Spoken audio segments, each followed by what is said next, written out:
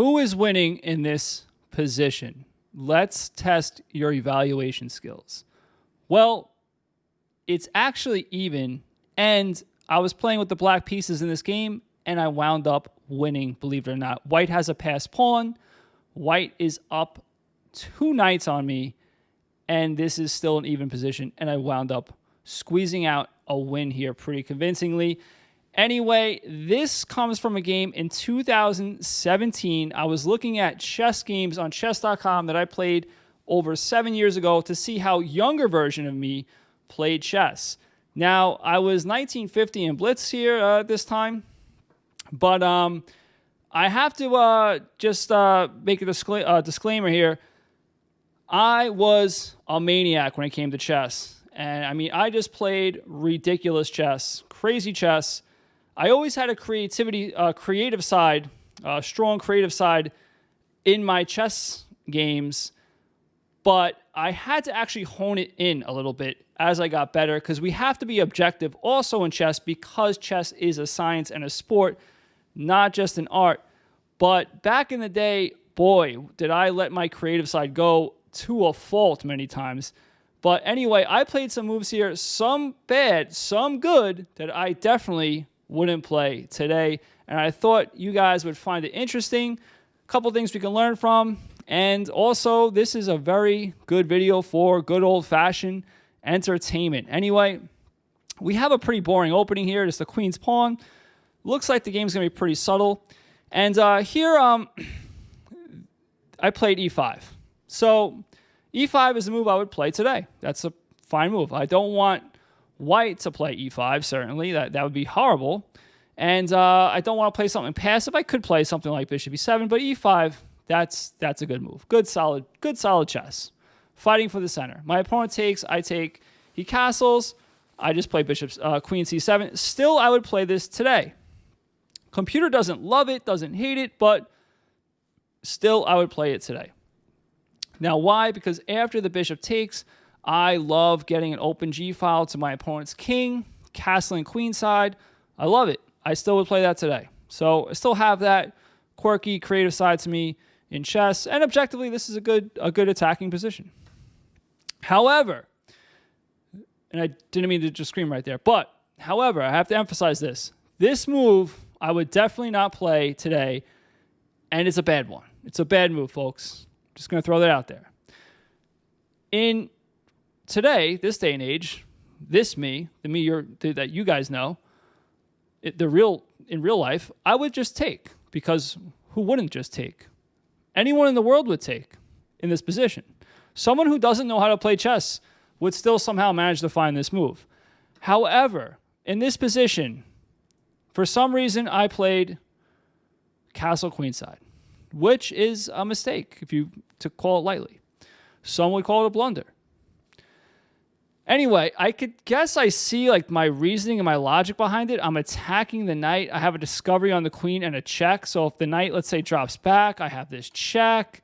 And then we have taking the queen. Still highly unacceptable considering I'm losing too much material. However, I did it. Anyway, I did it. My opponent just plays queen g4. Now, you might be wondering, how did I get to 1950 playing like this? I don't know. I would love I have no idea. Maybe it's a blitz game. I was a little bit more wild. I don't know, but yeah, I have no idea. I played king b8, and my opponent plays knight f3. So my opponent just says, my opponent's like, listen, dude, I'm over 1900, and you just tried some nonsense like that on me. I'm just going to easily untie, get myself out of that. I'm up a piece.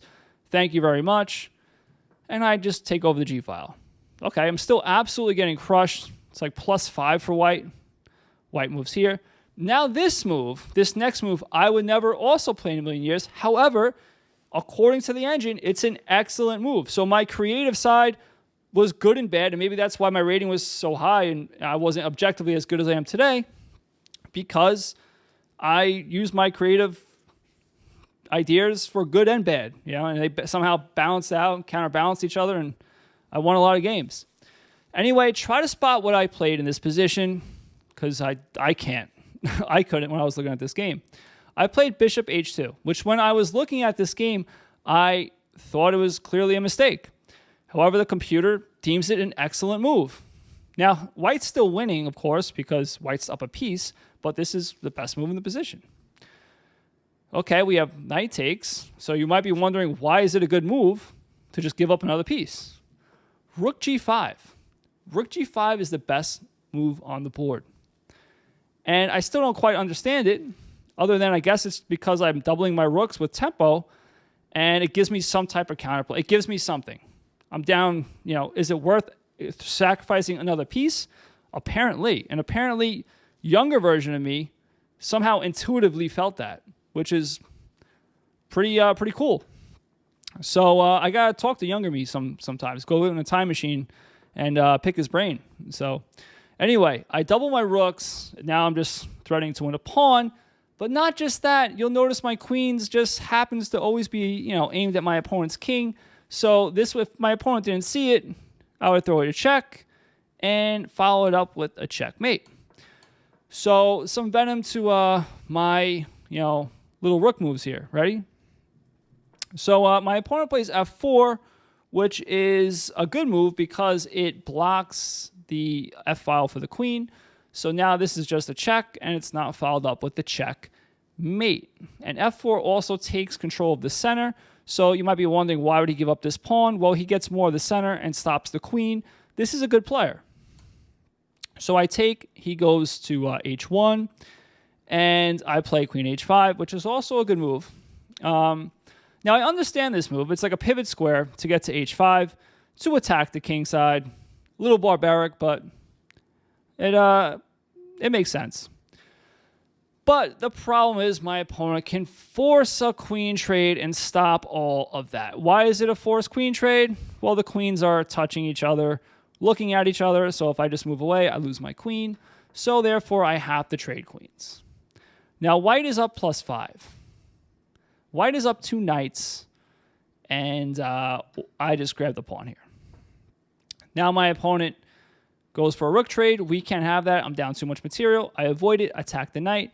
My opponent correctly just, offers another trade and defends the knight. If I take, obviously he takes back. So I just keep on moving around. Now I'm it's a game of cat and mouse. Now I get my second rook on the second rank, and now I have what they call in the chess world assassins. So what they used to call them hogs, but assassins is a much cooler name. So that's when you have 2 rooks on the second rank, or if you're playing with the white pieces, 2 rooks on the 7th rank. So they're very powerful. That's why they have nicknames. So if there's a nickname in chess, it's just like in real life. It's because it's powerful, right? Okay, my opponent saves his knight, and I start pushing the h-pawn. I don't have any other idea to do here. Okay, my opponent goes for another rook trade. I avoid it. My opponent tries to get my rook here. I avoid it. He tries another rook trade. I avoid it. Another one. I avoid it. And now, because he doesn't want to draw the game, he has to find a different move. So he plays knight c3. I move out of the way because he's attacking my rook. And now, in this position, after this move, the computer says the game's a draw. Because I can just keep on going back and forth, like rook e2, which is, what I did. But now the computer's saying white's winning, so I don't really understand. I don't really understand that. Anyway, my opponent goes knight e3, and obviously white is winning here, but the computer is just being wacky there. White is absolutely winning. White's winning by almost 6 points, +6. So how did white lose this game, and how did I get to that position? How do I conjure up these wins? Because I do this often, especially back in the day, where I've completely lost games, but I just mix things up and somehow get myself into a good position. Well, you have to confuse your opponent, and you have to complicate the position. If you're just losing by a lot, there's no way you can just play a straightforward chess game and get back into the game. You have to make the position itself complicated so your opponent is playing against the game of chess, not just you. A much more powerful opponent than I could ever be. So I believe Josh Waitzkin said that, actually, if I'm paraphrasing. He said something like that in the Chessmaster series that came out.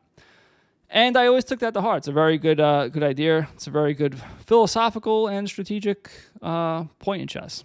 So my opponent has a pass pawn here. He's up 2 knights. This is absolutely ridiculous. So what did I do here? I just took the pawn, calmly took another pawn, and just kept an eye on this passed pawn. My opponent goes for a rook trade. So I want to keep my rooks on this file to watch this pawn, so I intercepted it. Now he's still going to trade rooks, but I'm able to keep this rook on this file. My opponent attacks my rook and attacks the pawn, and I just play check, so I save the rook, and I save the pawn, but not just save it, I save it by pushing it up the board, attacking the knight, and now when the knight comes back to c2, this is the position we saw in the game. Black, that's a blunder. Black is about even here. And here I took, which is the best move. Again, another move I would never play in a million years. I took the pawn. I normally would think this would be the best move, and just taking the knight. I'm guessing that's not the best move, because if I take, we have the pawn running away? No, that's not even the best. The computer says, rook e3, and then the pawn runs away. Unbelievable in a blitz game that I had the foresight to see that that's not the best move, that rook e6 is the best move, because the rook would come in. So again, just to show you guys, if I came here, check, and took, the rook would get behind the pawn. I can't stop the passed pawn. I'm in trouble. So for that reason, that's why I took the pawn here. And after this move, knight g5, black is winning -4. -4. Now, I guess you can see it a little bit clearer now because I have these 3 pawns just marching up the board. But still, throwing a check, take the knight. My opponent attacking the pawn, but it's already defended. I just push that pawn. Now, after this, I just play pawn a2. This doesn't work because of check winning the knight. So my opponent correctly brought down the rook and gave up the knight instead, because the knight's smaller than the rook. And now it's just over, because now I have these 2 passed pawns that are queening, and my opponent in this position resigned. Anyway, I thought that was a really cool game. Younger me, way crazier of a chess player. I kind of like younger me. Maybe I could start taking some of that and implement it more into my chess game now. Probably not. But if you like this video, check out this one. Also good. I'll catch you guys next time. Go play some chess.